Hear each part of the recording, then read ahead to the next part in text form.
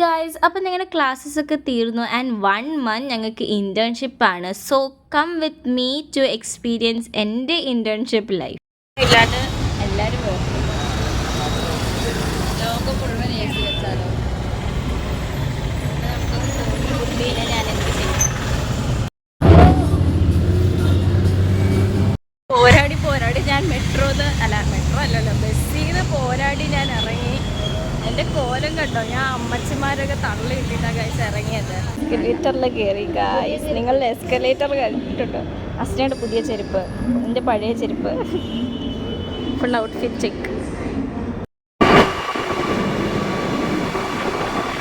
ഞങ്ങൾ ലേറ്റായി.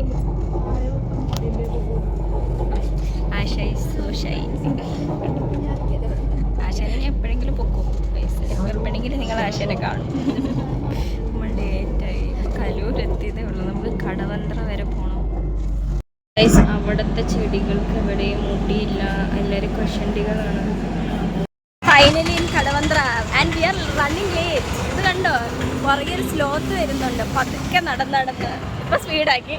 ഇങ്ങനെ തന്നെ ഞാൻ വീഡിയോ ഓണാക്കി വയ്ക്കാം, അപ്പോൾ പെട്ടെന്ന് നടക്കും എല്ലാവരും.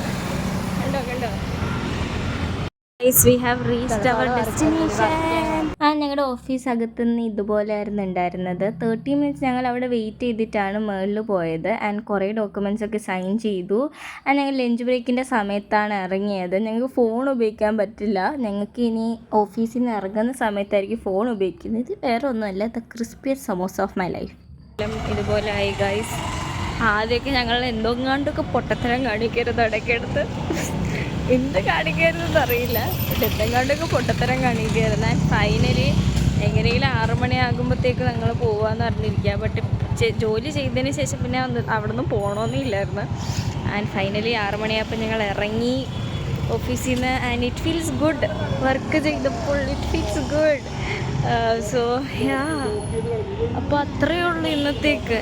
വേറൊരു വീഡിയോ ആയിട്ട് നാളെ കാണാം. ഞാൻ പോട്ടെ ഗൈസ്.